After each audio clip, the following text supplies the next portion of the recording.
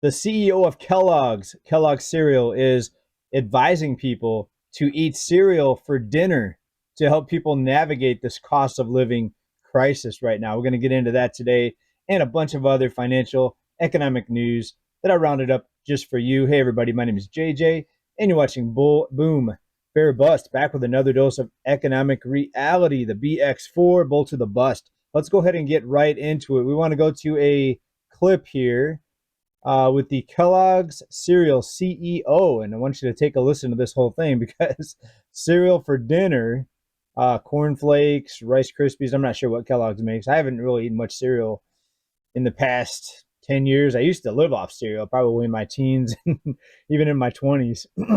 Embarrassingly, that. And I didn't go the ramen noodles route. I guess if I was really broke, I would have went to that route. But I was just kind of lazy. Didn't like to cook. So yeah, pretty much lived off of cereal for a long time. Let's go ahead and play this clip right here. And let's bring it up and take a listen. The CEO of Kellogg, who is now pushing cereal for dinner as a way for cash-strapped families to feed themselves as they struggle in paying for the grocery store. Here's what he had to say. The cereal category has always been quite affordable, and it tends to be a great destination when consumers are under pressure. So some of the things that we're doing is first messaging. We got to reach the consumer where they are. So we're advertising about cereal for dinner. If you think about the cost of He said it, folks, cereal for dinner.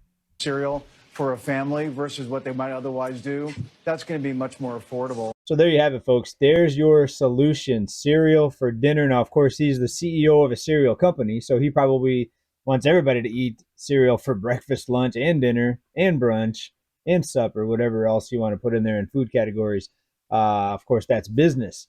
But isn't it interesting where we've gotten to now, where we even have to have the CEO out there saying stuff like that? You know, it's pretty sign of the times, isn't it? Well, let's get into some other news because there's a lot I want to get into today. One of the more surprising things, not really shocking, but kind of surprising things that came out here is that economists are out there recommending that the government get rid of benefits for 401ks and IRAs. Right now, you can do pre-tax savings and put a portion of your income into those areas to avoid taxes or do it pre-tax.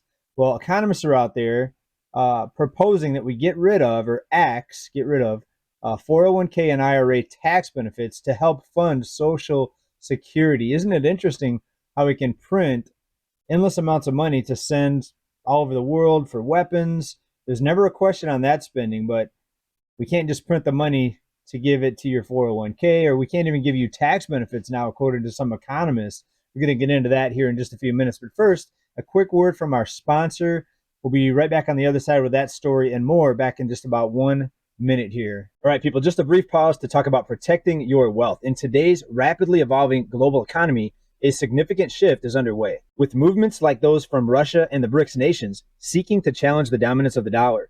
The financial landscape is on the brink of transformation. And with this change comes an urgent question. What does this mean for your 401k, IRAs, and savings? As these nations work towards devaluing our dollar, the stability and future of the traditional dollar-based assets are under scrutiny. Your hard-earned savings, the nest egg you've meticulously built in your 401k and IRAs, may face unforeseen risks in this shifting tide.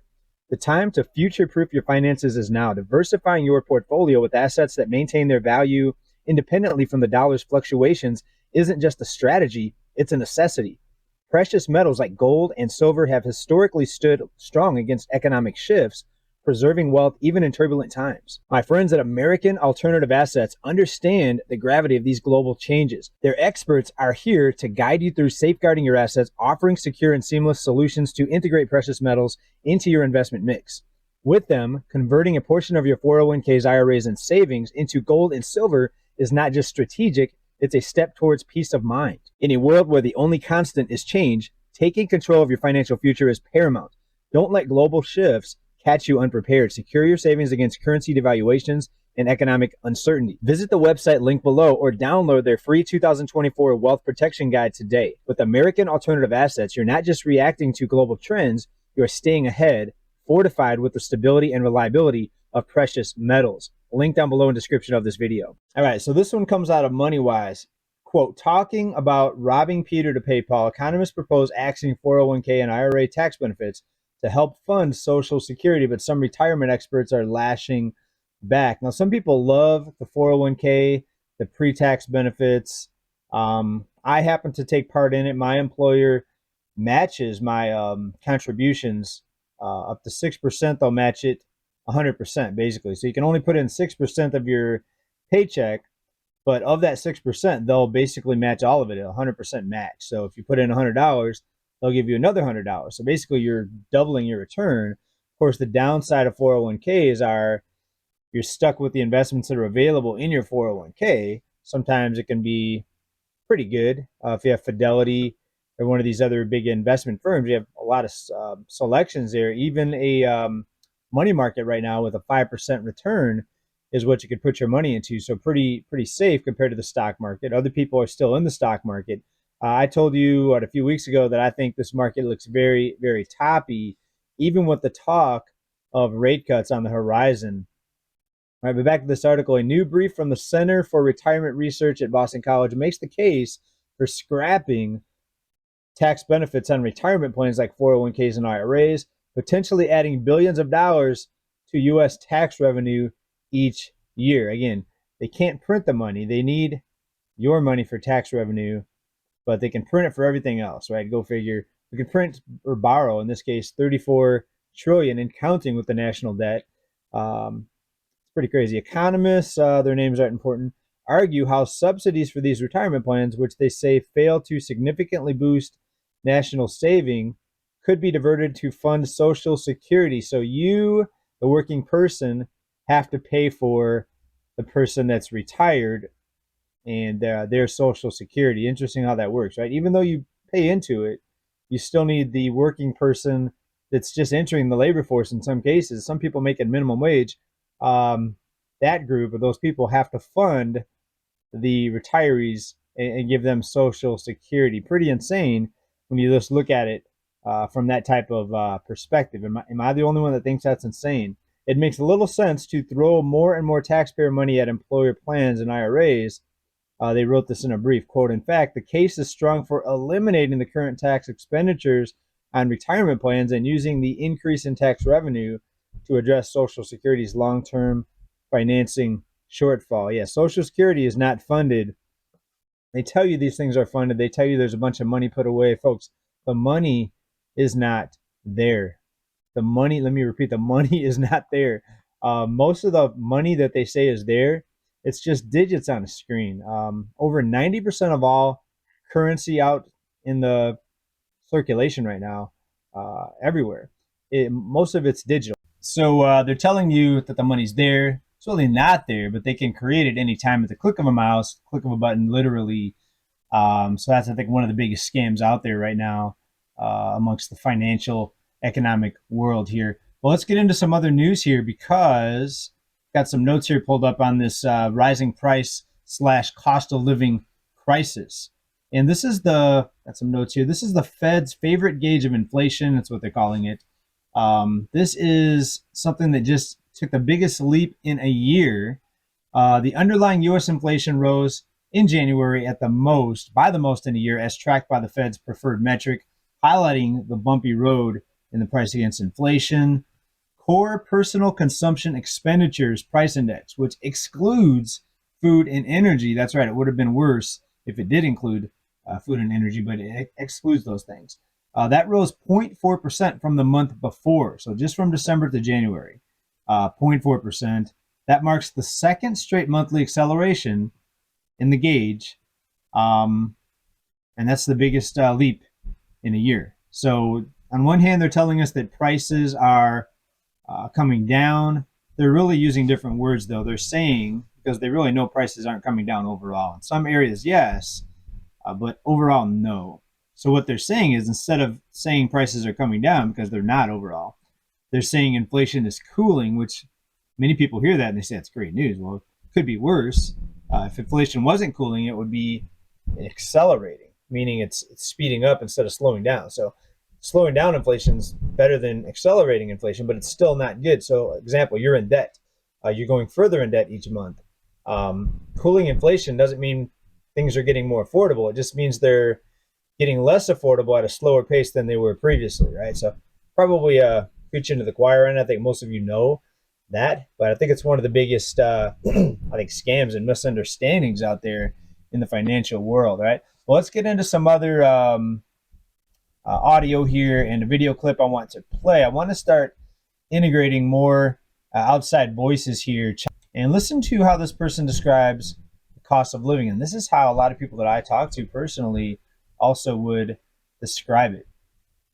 One moment here.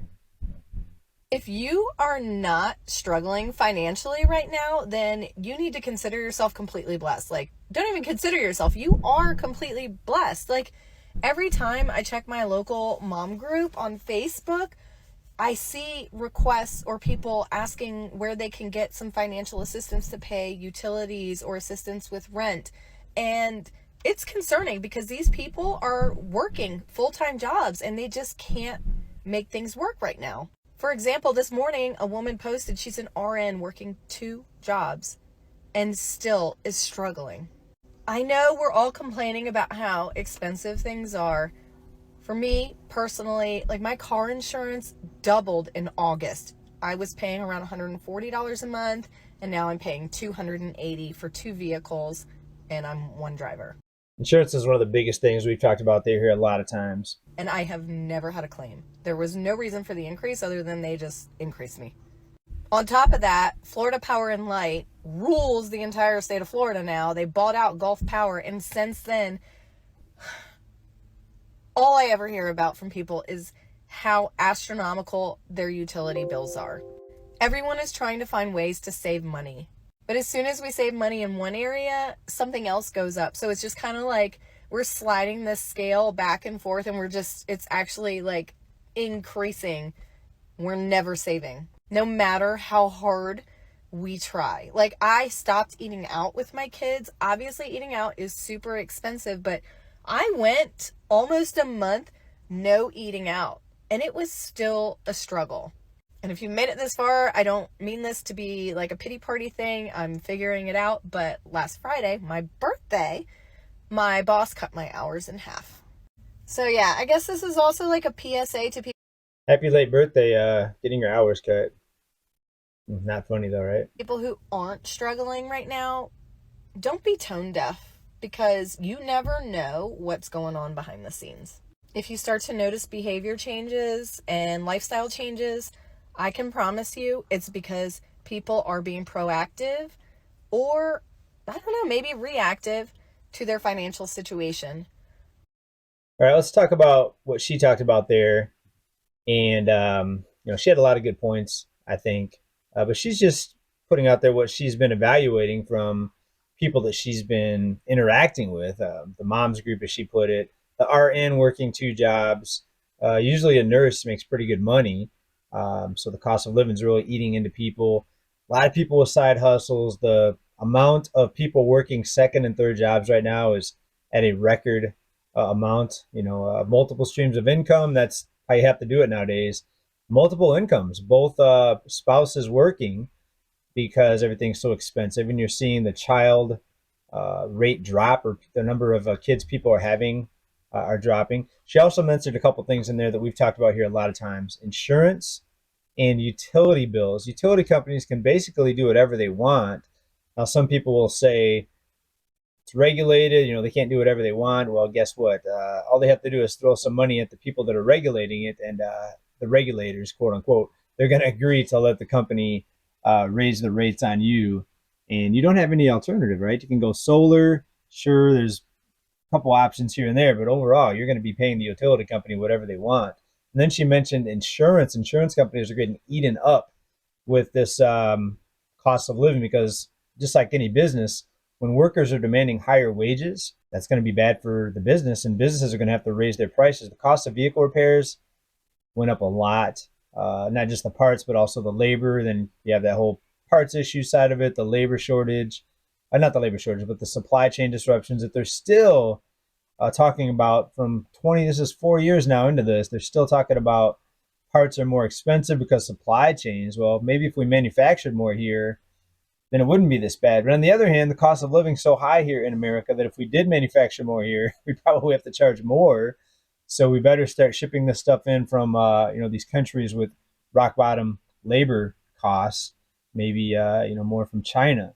And some people say the solution is to manufacture more here in the US, but when you look at the cost of living and all these workers that are going to be out there striking because they need more money, what business in their right mind is going to want to open up shop here in the US? There are some businesses opening up shop, of course, but when it comes to manufacturing, and let's say you have the whole world as your team to pick where you're going to put the factory, would you, as a boss or company owner, choose the U.S. with the cost of living here, knowing that your workers are going to need a lot of money just to get by, or are you going to pick some other country with a rock bottom labor cost, right? So just from a business standpoint, I think most people would say, yeah, they'll pick the cheapest labor possible, even though that's not, a good thing when you look at a lot of the downside of that, but just business. And it's just how it goes, right?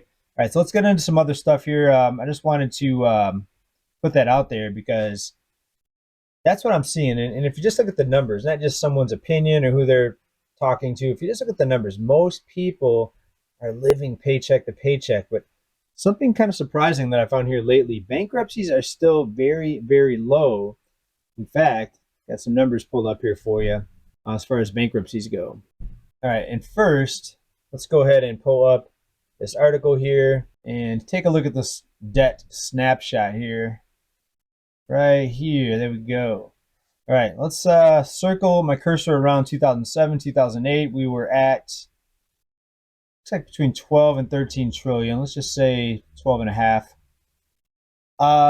Then it started declining. Why did debt decline? Well, because banks initially got really strict on loaning out money, because that was before banks were guaranteed, especially the two big mega banks. They were guaranteed endless liquidity and life support. So they retracted credit. And of course, you saw the economy dip as the borrowing was much more difficult to do during those years.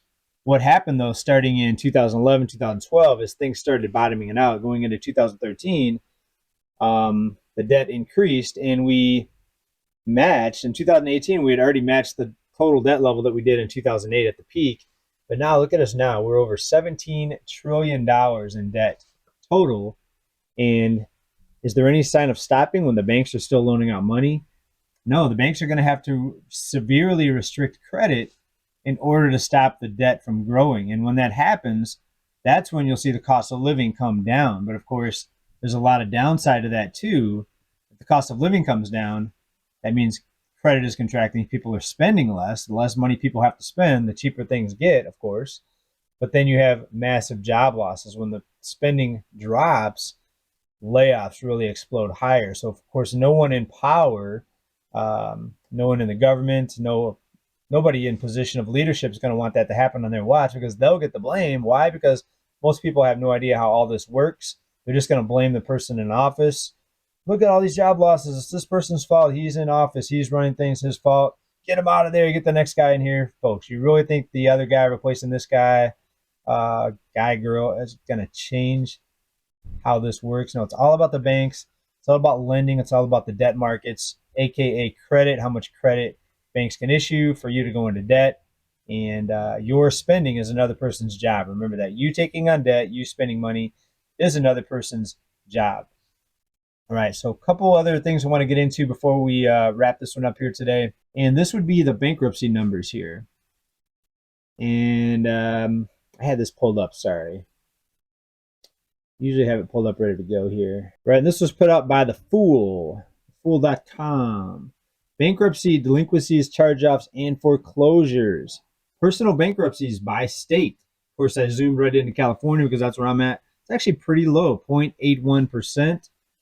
And this is in alphabetical order. One of the worst states is Alabama at over 3% of the population filed bankruptcy. This is as of 2022. It's pretty similar to 2023 numbers, but this was the best compilation I could find. Mississippi, 2.25% of the people had to file bankruptcy. Look for another big state. Virginia, 1.3. Ohio, 1.4. Wisconsin, 1.3. only 0.7% in Texas, so still pretty low. So less than 1% mostly of the population is filing bankruptcy. Does that change this year when you see stories about how people are really struggling? Well, it depends. As long as they can keep issuing more and more debt, people will keep spending money, swiping their credit cards, and that's going to prevent the job market from imploding, right? But if something happens, if the credit gets cut off, let's talk about maybe the bank funding program that's happening, or that's been happening now for a year, that's supposed to end in March. In our last video, we talked about, could March be the turning point for this entire U.S. economy? Watch that video if you haven't already. I'll actually put it up at the end if you want to click that one. March could be something big about the drop. But anyways, what do you think about today's report, the bankruptcies? Eat cereal for dinner. Maybe we should go back to that person that was talking about the cost of living and have her, this person right here, have her bring dinner home to her family in a box by Kellogg, maybe some Rice Krispies. Honey Bunches of Oats. I used to eat the heck out of Honey Bunches of Oats. What was your favorite cereal? Let me know down in the comments. Do you eat cereal for dinner? Is that a good idea? Everybody, thanks for watching. As always, big love. Keep stacking. Stay free. Bye for now. Peace.